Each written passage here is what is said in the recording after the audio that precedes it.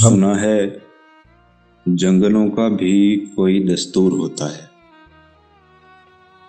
सुना है शेर का जब पेट भर जाए तो वो हमला नहीं करता,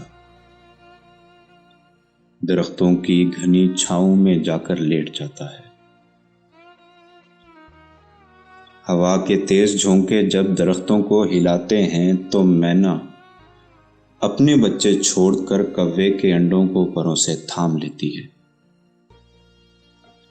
सुना है घोंसले से कोई बच्चा गिर पड़े तो सारा जंगल जाग जाता है।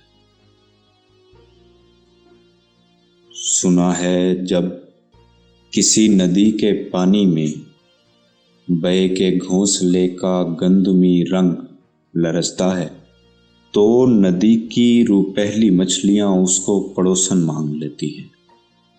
कभी तूफान आ जाए, कोई पुल टूट जाए तो किसी लकड़ी के तख्ते पर गुलहरी, सांप, बकरी और चीता साथ होते हैं। सुना है जंगलों का भी कोई दस्तूर होता है।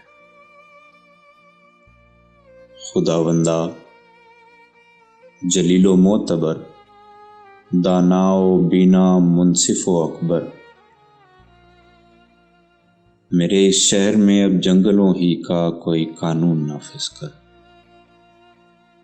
मेरे इस शहर में अब जंगलों ही का कोई कानून नाफिज कर।